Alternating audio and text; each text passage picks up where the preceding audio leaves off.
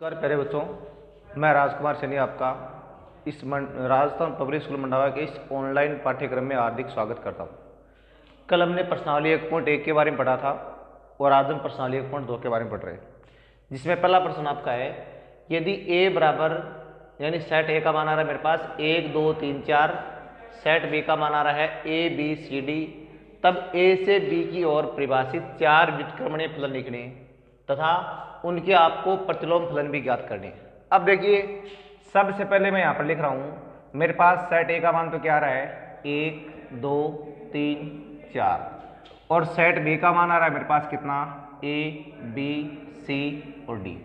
अब देखिए, इस प्रश्न में आपसे पूछा क्या है, 4 व्युत्क्रमणीय फलन पूछे। अब कोई भी जो फलन होता है वो व्युत्क्रमणीय कब होता है, उसकी शर्त आपको ध्यान रखनी है, यानी फलन आपका एक की और आच्छादक होना चाहिए, तभी वो क्या होगा, व्युत्क्रमणीय फलन होगा। तो इसके कुछ एग्जाम्पल बनाने के लिए आप क्या करेंगे, जैसे आपने पहला फलन ये मान लिया इस तरह से, ये सेट ए हो गया हमारे पास, और ये मान लो हमारे पास क्या होगा set A B. Set A में तो आ रहा है मेरे पास 1 2 3 4, इधर आ रहा है ए बी सी डी, और मान लो हमारे पास क्या है, ये फलन F1 है।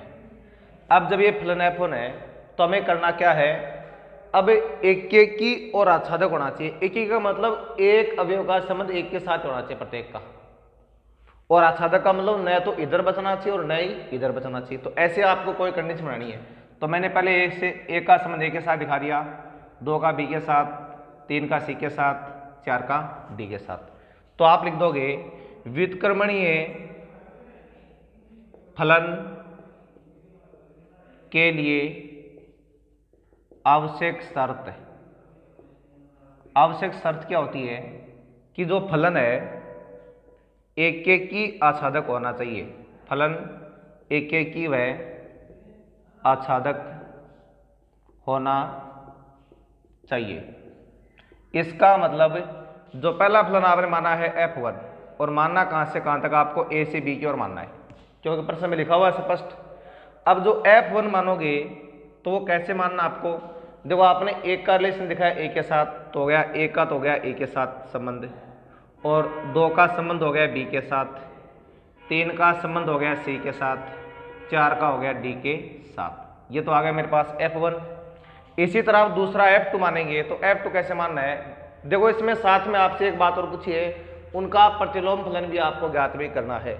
यानी जब आप F1 इनवर्स निकालोगे साथ में, तो उसके लिए आपकी रेंज क्या बन जाएगी, इसका उल्टा हो गया, यानी बी से क्यों और हो गया ये, यानी बी टेन टू ए, और जो आपका F1 इनवर्स है वो क्या आ जाएगा, ए के साथ 1, बी के साथ 2, और सी के साथ 3, और डी के साथ 4। ये आपने बना लिया इस तरह से। अब देखिए, उसके बाद में बात कर रहे हैं किसकी, अगले मतलब फलन F2 के बारे में। तो F2 बनाने के लिए क्या करोगे आप, फिर से अपना इस तरह से आपने संबंध लिखाइए, जिसमें ए में तो आ रहा है मेरे पास क्या 1 2 3 4, इसमें आ रहा है ए बी सी डी, और ये आपका सेट क्या है बी, और ये आपने क्या मान लिया F2 मान लिया। जिसमें आप ऐसा करो, इस बार इसे थोड़ा भिन्न दिखाना है ना आपको, तो क्या करना पड़ेगा, इस एक का संबंध बी के साथ मान लो, 2 का सी के साथ, 3 का डी के साथ, और 4 का संबंध आप ए के साथ मान लो। तो जो F2 है वो हमारे पास क्या बन गया है, F2 जो आपका है वो भी मतलब सेम बनेगा आपका ए से बी की ओर। अब ये ए से बी की ओर आ रहा है, तो जो F2 का मान है हमारे पास वो कितना आ जाएगा, यानी आपने लिखा है एक का संबंध तो बी के साथ है ना, तो लिखा आपने एक का संबंध बी के साथ, 2 का संबंध हो गया सी के साथ, और 3 का हो गया डी के साथ, और 4 का संबंध हो गया एक के साथ। ये फलन आपका F2 हो गया। अब जब आप इसका प्रतिलोम निकालते हो, यानी F2 का इनवर्स निकालते हो, तो आपको उल्टा करना पड़ेगा, यानी जैसे आपका ये ए से बी की ओर है ना, तो वो आपका बी से ए की ओर बनेगा। तो आपको लिखना पड़ेगा बी टेन टू ए, और जो आपका F2 इनवर्स है वो कितना आ जाएगा, इसको उल्टा कर दो, यानी बी के साथ आ गया 1, सी के साथ आ गया 2, और डी के साथ आ गया 3, और ए के साथ क्या आ गया, यहाँ पर ये ए है, सॉरी ठीक है ना, यहाँ एक नहीं है ए है, और ए के साथ आ गया मेरे पास कितना 4 आ गया। ये आपने बना दिया फलन F2। अब देखिए, जो तीसरा फलन आपका है F3, तो F3 बनाने के लिए आप क्या करेंगे, वापस वही दोनों सेट लिखना आपको बारी बारी से। एक तो सेट आपका आ गया ए, एक आ गया बी, जो आपका ये तो आ रहा है 1 2 3 4, और ये आ रहा है ए बी सी और डी। इसको आपने क्या मान लिया, फलन F3 मान लिया। अब शर्त वही है इसकी भी, फलन आपका एक एक की और आच्छादक होना चाहिए। यानी इस बार देखो आपने एक का संबंध एक के साथ मान लिया ना, फिर बी के साथ मान लिया। इस बार आप एक का संबंध किसके साथ मानोगे, सी के साथ, और दो का मान लेंगे आप किसके साथ, डी के साथ, तीन का मान लेंगे आप ए के साथ, और चार का मान लेंगे आप बी के साथ। तो जो आपका फलन F3 है वो क्या आ गया, ए से बी की ओर आ गया, और जो फलन F3 है उसका मान क्या हो गया आपका, ए का संबंध तो हो गया सी के साथ, और दो का हो गया डी के साथ, और तीन का संबंध किसके साथ हो गया, ए के साथ, और चार का संबंध हो गया बी के साथ। और जब आप इसका वापस इन्वर्स निकालते हो तो इन्वर्स में क्या रहेगा, वापस फलन आपका बी से ए की ओर आ जाएगा, और जो F3 इन्वर्स है उसमें एलिमेंट क्या आ जाएंगे आपकी, यानी सी का तो आ गया ए के साथ संबंध, और डी का आ गया दो के साथ संबंध, और ए का आ गया तीन के साथ संबंध, और बी का आ गया चार के साथ संबंध। ये आपका हो गया तीसरा फलन। लेकिन हमें कुल चार फलन ज्ञात करने हैं ना। अब देखिए चौथा फलन, चौथा फलन है उसके लिए आपको क्या करना पड़ेगा, फिर से आपने दोनों सेट लिखे, ये सेट हो गया, ये हमारे पास हो गया सेट बी, और इस फलन को आपने क्या लिख दिया, F4 लिख दिया। इसके साथ तो आ रहा है 1 2 3 4, इसमें आ रहा है ए बी सी और ये डी। अब इस बार देखो आपने एक का संबंध सी के साथ मान लिया ना। अब हम क्या करेंगे, इससे भिन्न दिखाने के लिए एक का संबंध हम डी के साथ ही मान लेंगे, फिर दो का मान लेंगे एक के साथ संबंध, तीन का मान लेंगे बी के साथ संबंध, चार का मान लेंगे सी के साथ संबंध। तो ये भी आपका एक एक की ओर आच्छादक हो गया। तो जो फलन आपका F4 क्या बनेगा, वो बनेगा आपका ए से बी की ओर, और F4 का मान आ जाएगा मेरे पास कितना, एक का संबंध तो हो गया डी के साथ, और दो का हो गया ए के साथ, तीन का हो गया बी के साथ, और चार का हो गया सी के साथ। ये मेरे पास क्या आ गया, फलन नंबर 4। अब देखिए इसका आपको साथ में इन्वर्स निकालना है ना इसका भी, तो उल्टा कर दो आप, फलन हो गया आपका बी से ए की ओर, और जो F4 इन्वर्स है वो मेरे पास कितना आ गया, डी का संबंध तो हो गया ए के साथ, ए का हो गया दो के साथ, और बी का हो गया तीन के साथ, और सी का हो गया चार के साथ। तो ये आपने चार फलन प्राप्त कर लिए, जो क्या है यानी प्रतिलोम फलन जिनका आप प्राप्त कर सकते हो, उस तरह के आपने चार फलनों को ज्ञात किए। बाकी इनके अलावा आप और भी कितने भी फलन बना सकते हो, लेकिन हमें केवल चार पूछे तो हमने ये चार फलने बनाई हैं। अब आगे प्रश्न नंबर 2 में है, यदि फलन वास्तविक संख्या से वास्तविक संख्या पर इस प्रकार परिभाषित है कि f(x) बराबर है x³ - 3, तो f इनवर्स ज्ञात करो तथा इसका सूत्र भी लिखिए, तथा f इनवर्स 24 तथा f इनवर्स 5 का मान भी ज्ञात करना आपको। अब देखिए इस सवाल को हम कैसे करेंगे। सबसे पहले देखो फलन जो मेरे पास आ रहा है वो वास्तविक संख्या से वास्तविक संख्या आ रहा है, और f(x) का मान है मेरे पास कितना, x³ - 3। अब देखिए सबसे पहले आपको जांच करनी है कि इसका f इनवर्स संभव है या नहीं है, पहले तो वो देखेंगे हम। तो वो देखने के लिए क्या करना पड़ेगा, फलन को आपको एक एक की और आच्छादक दिखाना पड़ेगा। तो आप जानते हैं कि व्युत्क्रमणीय फलन के लिए आवश्यक शर्त क्या होती है, ये होती है आवश्यक शर्त, यानी फलन एक एक की व आच्छादक होना चाहिए, एक एक की आच्छादक होना चाहिए। अब हम क्या करेंगे, सबसे पहले हम जांच करते हैं किसकी, एक एक की जांच, एक एक की जांच। अब एक एक में क्या करना, आपको f(x1) के बराबर आपको f(x2) लिखना है, और f(x1) का मान आपका कहां से आएगा, इसके द्वारा आएगा, यानी x1³ - 3 बराबर x2³ - 3, यानी जो आपका x है ना वहां पर आपको x1 धरना है और यहाँ पर आपको x2 धरना, बाकी मान सारा सेम। अब देखिए दोनों तरफ ये मान कट रहा आपका। अब मेरे पास आ गया x1³ बराबर आ गया x2³। अब x1³ माइनस मेरे पास क्या हो गया, x2³ बराबर 0 हो गया। अब आप इसको क्या लिख दोगे, x1 - x2 और x1² plus x1 x2 plus x2² = 0। अब आप जानते हैं कि x1² plus x1 x2 plus x2 square not equal 0। इसका मतलब x1 माइनस x2 बराबर क्या आएगा 0, यानी x1 किसके बराबर आ गया x2 के। और जब x1 का मान x2 के बराबर आ गया, इसका मतलब फलन क्या है एक एक ही है। ये तो आपने किसकी जांच की, अभी एक एक की जांच की है। अब आप करोगे आच्छादक की जांच, आच्छादक की जांच। अब आच्छादक होने के लिए क्या करना आपको, इसके बराबर पहले आपको y मानना है। माना y बराबर एक्स क्यूब माइनस 3। अब क्या करना आपको, इसमें x का मान प्राप्त करना है। तो x का मान कैसे प्राप्त करोगे, y प्लस 3 बराबर हो गया एक्स क्यूब। और अब जब आप इसमें x का मान प्राप्त करोगे तो आपके पास क्या आएगा, यानी एक्स क्यूब बराबर आ गया मेरे पास y प्लस 3, और x का मान हो गया मेरे पास y प्लस 3 की पावर 1/3। अब आपको ये देखना है कि यहाँ पर y क्या है, y आपका एक कोई भी रियल नंबर हो सकता है। तो यहाँ पर आप चाहे कोई भी रियल नंबर चुन के यहाँ रख दो, और उसके बाद में जो आपको नंबर प्राप्त होगा वो भी क्या होगा, बिल्कुल रियल ही होगा। यानी इसमें से अगर आप कोई भी नंबर वहां रखोगे y की जगह, और जो x प्राप्त होगा वो वापस का आएगा आपका इस r में आएगा। यानी आपको लिखना पड़ेगा y के प्रत्येक वास्तविक मान का r में पूर्व प्रतिबिंब विद्यमान है। इस बात का मतलब यह हुआ कि जो f का सहप्रांत है वो किसके बराबर है, f के परिसर के बराबर है। जब f का सहप्रांत f के परिसर के बराबर हो गया, इसका मतलब यह हुआ कि f आच्छादक है। इसका मतलब क्या हुआ, f आच्छादक है। यानी जो फलन f है वो एक एक की वह आच्छादक फलन है, एक एक की वह आच्छादक फलन है।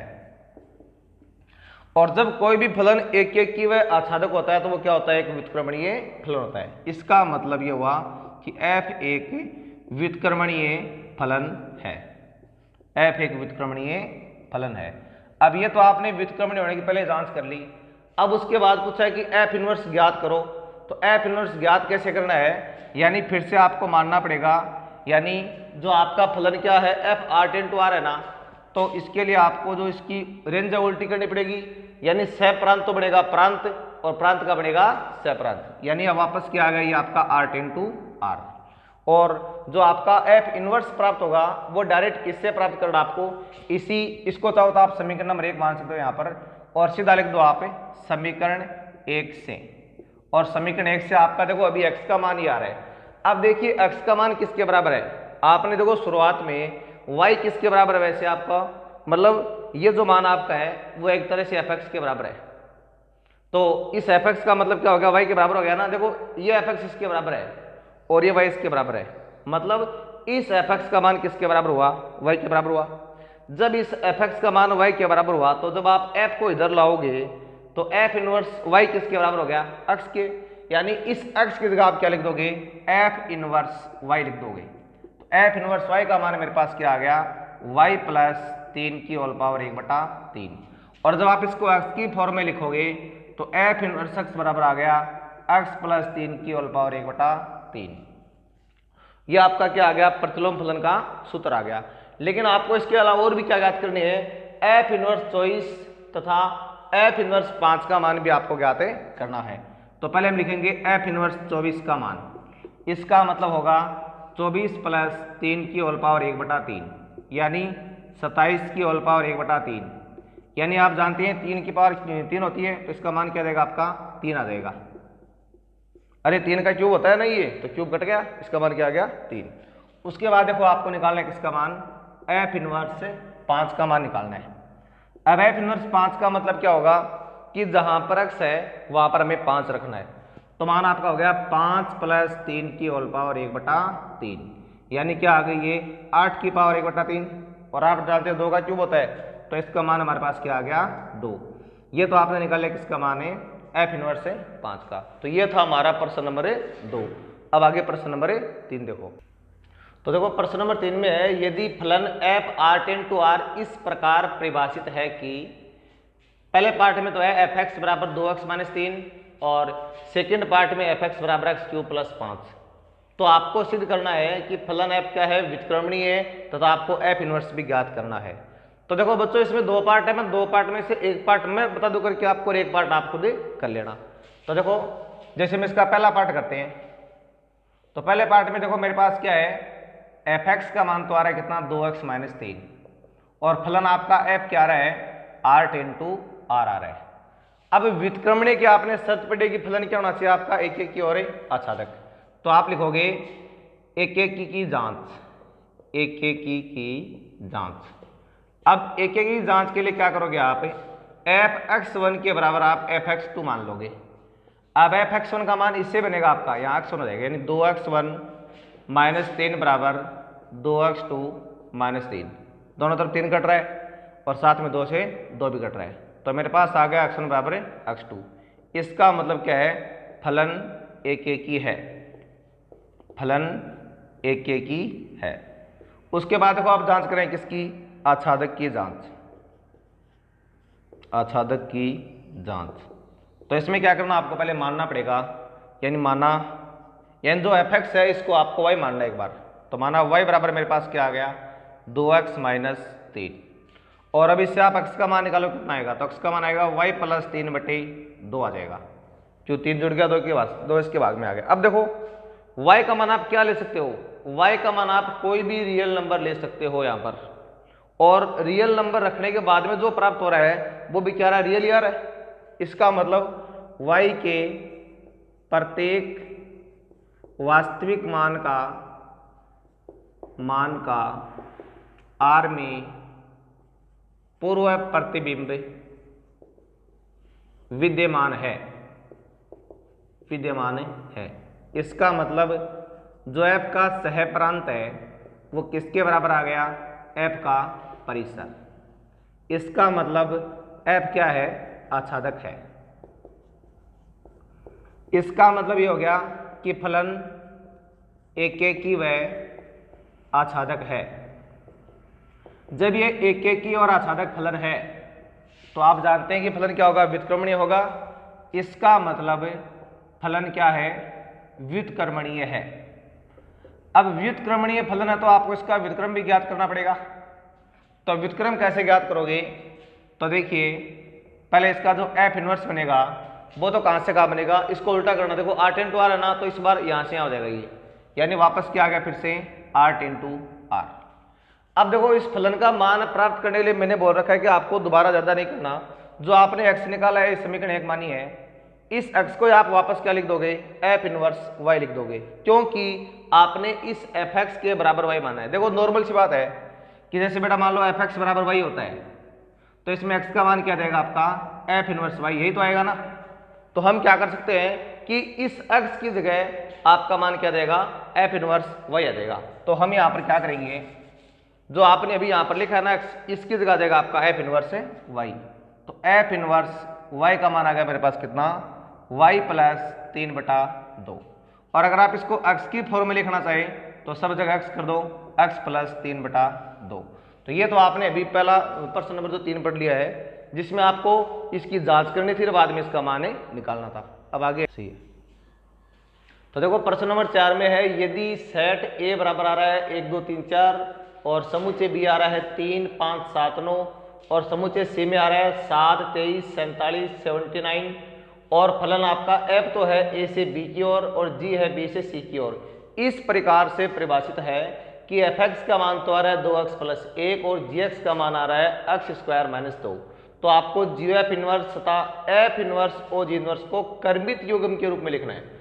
अब क्रमित युग्म का मतलब क्या होगा, ये पहले हम प्राप्त कर लेते हैं फलन, उसके बाद में आपको समझाऊंगा कि क्रमित युग्म क्या होता है। तो देखो सबसे पहले आपको ये जी एफ इनवर्स निकालना है ना, तो जी एफ इनवर्स निकालने का मतलब ये हुआ कि पहले आपको जी एफ निकालना पड़ेगा। और जब आपको जी एफ निकालना है तो उसकी रेंज क्या बनेगी आपकी, यहाँ ए से शुरू होकर के सी तक बनेगी, यानी आपको लिखना पड़ेगा 8 into c। और ये संभव कब होता है, मैंने बता रखा आपको कि ये जो सेट आपका है वो क्या होना चाहिए, इसका सबसेट होना चाहिए, तब ये संभव होता है। तो अब देखो GOF निकालने के लिए आपको क्या करना है, इसके आगे आप x लिख दो, यहाँ पर g अंदर आ रहा है fx। अब g तो बारह ही पहले से, और fx का मान मेरे पास कितना है, ये आ रहा है मेरे पास 2x प्लस 1। अब इसमें देखो नियम कौन सा लगाना आपको, तो देखो g का नियम ये होता है कि जो यहाँ पर x होता है उसका वर्ग करना है और उसमें 2 घटाना आपको। तो यहाँ पर हम क्या करेंगे, इसका वर्ग करेंगे और साथ में इसमें से 2 घटा देंगे। तो इसका वर्ग हो गया 4x square plus 4x plus 1 minus 2, अर्थात मान आ गया 4x square plus 4x minus 1। ये तो मेरे पास किसका मान आ गया है, GOF x का मान आ गया। अब अगर आपको इसको x की फॉर्म में GOF इनवर्स निकालना है तो आप इसके बराबर वैसे ही y मानोगे, फिर उससे आपको x का मान निकालना है। लेकिन हमें यहाँ पर जो अपना मान पूछा है वो कर्मित युग्म के रूप में पूछा है मान, तो हम यहाँ पर उसको उस फॉर्म में मान को नहीं निकालेंगे GOF इनवर्स के लिए, सीधा पहले हम किसका मान निकालेंगे, GOF का मान है वो सारे पदों का मान इसका निकालेंगे। तो देखो GOF का मान जो आपका है वो 8 into c आ रहा है, यानी आपका a का मान यहाँ पर बारी बारी से आपको रखना है। तो सबसे पहले मैंने यहाँ पर रख दिया 1, तो GOF 1 का मान निकालना आपको।